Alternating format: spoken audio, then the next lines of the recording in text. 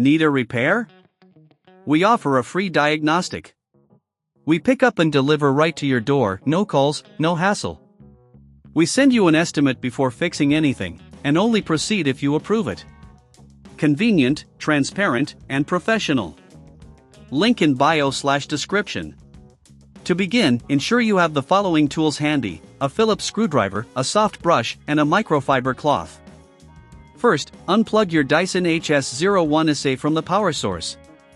This is crucial for your safety while working on the device. Next, remove the filter.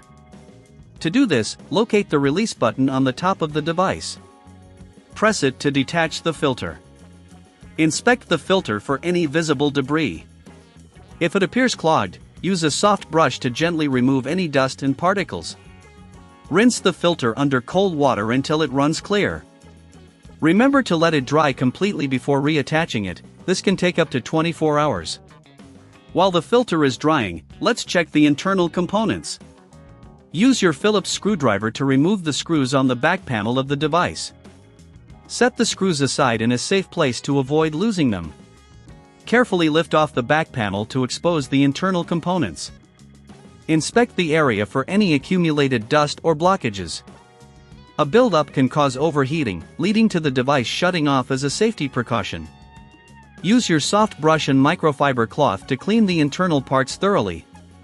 Be cautious around the electrical components to avoid any damage. Once you've cleaned the inside, reattach the back panel. Align it properly and secure it with the screws you removed earlier. Now, take your dried filter and reinsert it into the device, ensuring it clicks into place. At this point, it's advisable to test your Dyson. Plug it back in and turn it on to see if the issue persists. If it still shuts off, it might indicate a deeper problem. If you don't have the tools or time to handle this, remember we offer professional diagnosis without obligation. Our service includes pickup and delivery at your home, so you don't have to worry about transporting your device. Plus, there are no calls or travel involved, making it a hassle-free experience. For those who want to continue troubleshooting, check for any other blockages in the airflow path.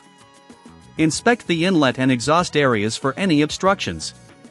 This can often be a hidden cause of overheating in your Dyson.